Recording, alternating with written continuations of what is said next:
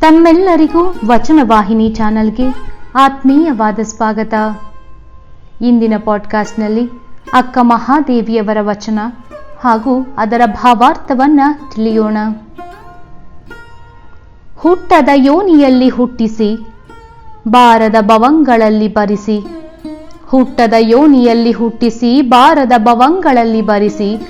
ಉಣ್ಣದ ಊಟವನ್ನುಣಿಸಿ, ವಿಧಿಗೊಳಗಾಗಿಸುವ ಕೇಳಿರಣ್ಣ. ಉಣ್ಣದ ಊಟವನ್ನುಣಿಸಿ, ವಿಧಿಗೊಳಗಾಗಿಸುವ ಕೇಳಿರಣ್ಣ. ತನ್ನವರೆಂದಡೆ ಮನ್ನಿಸುವನೆ. ಹತ್ತರಿದ್ದ ಭೃಂಗಿಯ ಚರ್ಮವ ಕಿತ್ತಾಡಿಸಿದವನು, ಮತ್ತೆ ಕೆಲಂಬರ ಬಲ್ಲನೆ. ಇದನರಿತು ಬಿಡದಿರು ಬಿಡದಿರು, ಚನ್ನಮಲ್ಲಿಕಾರ್ಜುನನಂತಹ ಸಿತಗನವ್ವ. ಚನ್ನಮಲ್ಲಿಕಾರ್ಜುನ ದೇವರು ಸರಳ ವ್ಯಕ್ತಿಯಲ್ಲ, ಅವನೊಬ್ಬ ವಂಚಕನೇ ಸರಿ. ಅವನು ಮಾಡುವ ಆಟ ಹೇಳಲಸದಳ. ಹುಟ್ಟಲಿಕ್ಕೆ ಬಾರದಂತ ಯೋನಿಗಳಲ್ಲಿ ಹುಟ್ಟಿಸುತ್ತಾನೆ. ಬರಲಿಕ್ಕೆ ಯೋಗ್ಯವಲ್ಲದ ಜನ್ಮಗಳಿಗೆ ಬರಿಸುತ್ತಾನೆ. ತಿನ್ನಲಿಕ್ಕೆ ಯೋಗ್ಯವಲ್ಲದ ತಿನಿಸುಗಳನ್ನು ತಿನ್ನಿಸುತ್ತಾನೆ. ಇದೆಲ್ಲವೂ ದೈವದಾಟ, ಆಯಾ ಜೀವಿಗಳ ಕರ್ಮ ಫಲದ ಮಾಟ. ಈ ಶಿವನಲ್ಲಿ ಪಕ್ಷಪಾತವಿಲ್ಲ. ಅವನು ತನ್ನವರೆಂದೂ ಮನ್ನಿಸುವುದಿಲ್ಲ. ಯಾಕೆಂದರೆ ತನ್ನ ಹತ್ತಿರದಲ್ಲಿ ಇದ್ದ ಭೃಂಗಿಯ ಚರ್ಮವನ್ನೇ ಕಿತ್ತುಕೊಂಡವನು. ಭೃಂಗಿ ಪಾರ್ವತಿಗೆ ವಂದಿಸದೆ ಕೇವಲ ಶಿವನಿಗೆ ನಮಸ್ಕರಿಸುತ್ತಿದ್ದ.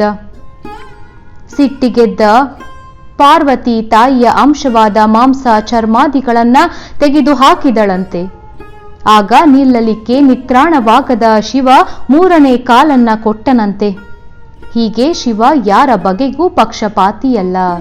ಇದನ್ನೆಲ್ಲ ತಿಳಿದು ಶಿವನನ್ನೇ ನಂಬು, ಆತನನ್ನ ಬಿಡಬೇಡವೆಂದು ಅಕ್ಕ ತನ್ನ ದೃಢ ನಿಲವನ್ನ ವ್ಯಕ್ತ ಮಾಡಿದ್ದಾಳೆ. ಹುಟ್ಟದ ಯೋನಿಯಲ್ಲಿ ಹುಟ್ಟಿಸಿ, ಬಾರದ ಭವಂಗಳಲ್ಲಿ ಬರಿಸಿ. ಉಣ್ಣದ ಊಟವನ್ನುಣಿಸಿ, ವಿಧಿಗೊಳಗಾಗಿಸುವ ಕೇಳಿರಣ್ಣ. ತನ್ನವರೆಂದಡೆ ಮನ್ನಿಸುವನೆ.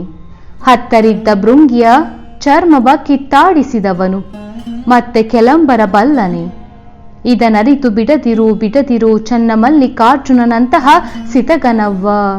ಚನ್ನಮಲ್ಲಿಕಾರ್ಜುನನಂತಹ ಸಿತಗನವ್ವ. ಮುಂದಿನ ಪಾಡ್ಕಾಸ್ಟ್ನಲ್ಲಿ ಮತ್ತೆ ಭೇಟಿಯಾಗೋಣ. ಧನ್ಯವಾದ.